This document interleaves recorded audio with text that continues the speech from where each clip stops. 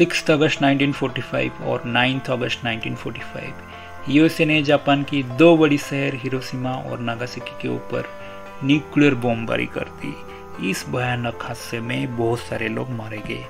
जमीन का टेम्परेचर लगभग 4000 डिग्री सेंटीग्रेड हो गया। दोनों शहर के लगभग 70% बिल्डिंग पूरा डिस्ट्रॉयड हो गए। लोगों ने कैंसर और तरह तरह भयंकर बीमारी का शिकार हो गए। लगभग 2.5 लाख लोग इस भयानक हादसे में मारे गए। लेकिन आपको पता है इस एटॉमिक बॉम्ब की साइंटिफिक इक्वेशन कहाँ से है? इसको हम जानते हैं थ्योरी ऑफ रिलेटिविटी, जो कि प्रख्यात वैज्ञानिक डॉक्टर अल्बर्ट आइंस्टाइन की खोज है और हमें इसे पॉपुलरली E=mc² नाम पे जानते हैं। ये थ्योरी आप कहीं ना कहीं स्कूल में जरूर पढ़े होंगे। लेकिन आपको पता है एटॉमिक बॉम्ब के अलावा इस थ्योरी के एप्लीकेशन बहुत ज़्यादा है। हमारी जो भी सैटेलाइट स्पेस में पूरा पृथ्वी के चारों तरफ स्पिन करते हैं वो रिलेटिविटी थ्योरी के एप्लीकेशन है। और एक बहुत ही पॉपुलर एप्लीकेशन है रिलेटिविटी थ्योरी का, जो है जीपीएस टेक्नोलॉजी, जो किसी भी स्मार्टफोन में आजकल मिल जाता है। आप जीपीएस टेक्नोलॉजी के लिए ही किसी भी जगह से और एक जगह नेविगेट करके आराम से जा सकते हैं। इसका मतलब हम लोग कहीं ना कहीं डायरेक्टली और इनडायरेक्टली रिलेटिविटी थ्योरी का एप्लीकेशन लगभग एवरीडे करते हैं। लेकिन आपको पता है रिलेटिविटी थ्योरी कैसे निकल के आया? इस सिद्धांत का एक्चुअली मीनिंग क्या है? अगर इसके बारे में आपको जानने का उत्सुक है तो इस वीडियो को अंत तक जरूर देखिए। 1905 में डॉक्टर अल्बर्ट आइंस्टाइन ने स्पेशल थ्योरी ऑफ रिलेटिविटी को लेके आए। उसके बाद 1915 में वो रिलेटिविटी थ्योरी को इम्प्रूव करके जनरल थ्योरी ऑफ रिलेटिविटी को लेके आए। इस वीडियो में हम स्पेशल थ्योरी ऑफ रिलेटिविटी को समझेंगे। तो रिलेटिविटी थ्योरी को जानने के लिए हमको एक बेसिक चीज़ का समझ होना चाहिए। मैं अगर आपको पूछूंगा कि आपका स्पीड क्या है जब इस वीडियो को आप देख रहे हैं, मान लीजिए आप घर में बैठ के इस वीडियो देख रहे हैं, तो आप सोचेंगे कि आपका स्पीड 0 है। लेकिन वो एक्चुअली करेक्ट नहीं है, क्योंकि इस ब्रह्मांड में हर कोई वस्तु हमेशा मूवमेंट करता है। इसका मतलब कोई इंसान जो पृथ्वी के बाहर खड़ा है उसके लिए आपका स्पीड पृथ्वी का स्पीड होगा। मान लीजिए आप अभी एक चलती कार के अंदर बैठे हैं और आपकी कार की स्पीड 50 km/h है।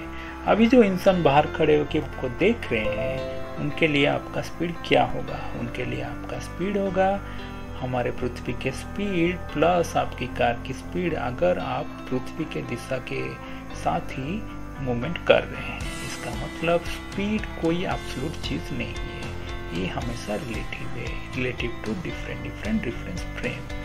और एक एग्जांपल हम देखेंगे जहाँ पे एक बच्चा ट्रेन के अंदर दौड़ रहा है और बच्चे का मूवमेंट का डायरेक्शन ट्रेन के साथ ही है। लेकिन जो आदमी बाहर खड़ा है ट्रेन में उसके लिए बच्चे का स्पीड होगा ट्रेन का स्पीड प्लस बच्चे का स्पीड। लेकिन ट्रेन के अंदर लोगों के लिए बच्चे का स्पीड जो ट्रेन के अंदर है वो हमेशा होगा। अभी उसी एग्जाम्पल को एक्सटेंड करते हैं उसी कॉन्सेप्ट के साथ। आप देखिए एक मूविंग ट्रेन के अंदर एक लड़की एक बॉल को फेंक रहा है, तो बॉल का रिलेटिव स्पीड क्या होना चाहिए? जो ऑब्जर्वर खड़ा है बाहर ट्रेन के उसके लिए बॉल का स्पीड होगा speed of the ball inside train plus train का स्पीड। अब हम क्या करेंगे, उस बॉल की जगह एक टॉर्च लाइट को रखेंगे, तो लाइट का रिलेटिव स्पीड होना चाहिए speed of the train plus speed of the light inside train. लेकिन ये गलत है। क्यों ये गलत है? इसको समझने के लिए आप देखिए मिचेल्सन मोर्ली का एक्सपेरिमेंट। उन्होंने 1887 में ये साबित कर दिया लाइट का स्पीड हमेशा कांस्टेंट रहता है with respect to any reference frame. उन्होंने पृथ्वी का डिफरेंट पोजीशन लेके सूर्य से आता हुआ रोशनी को एक्सपेरिमेंट करके ये दिखाया जो भी पोजीशन हो लाइट का रिलेटिव स्पीड हमेशा इक्वल है। अगर आप इसी थ्योरी को लेके हम अपना प्रीवियस एग्जाम्पल के ऊपर अप्लाई करेंगे तो क्या होगा, speed of the light inside the stationary train s small s equal to relativity speed of the light on the moving train capital S। इसका मतलब स्मॉल s हो गया कैपिटल S। आप देखिए स्पीड के इक्वेशन जो हमेशा होता है डिस्टेंस डिवाइडेड बाय टाइम। अगर स्पीड वही सेम क्वांटिटी रहा और ट्रेन का कुछ डिस्टेंस मूवमेंट हुआ तो how does this equation will satisfy. इस इक्वेशन को सेटिस्फाई होने के लिए हमको टाइम घटाना पड़ेगा। तो इससे क्या समझ में आता है कि time slows down with an increasing speed. Time किसी भी मोमेंट वाला चीज में स्लो हो जाता है। तो चलिए इसी कॉन्सेप्ट को थोड़ा डेप्थ में समझने के लिए कोशिश करते हैं इस ग्राफ से। इस ग्राफ में आप देखिए स्पेस का कोऑर्डिनेट है एक्स एक्सिस में और टाइम का कोऑर्डिनेट है वाई एक्सिस में। अगर आप टाइम के कोऑर्डिनेट में मूव करते हैं इसका मतलब आपको टाइम का बहुत एहसास होगा, लेकिन स्पेस कोऑर्डिनेट 0 है।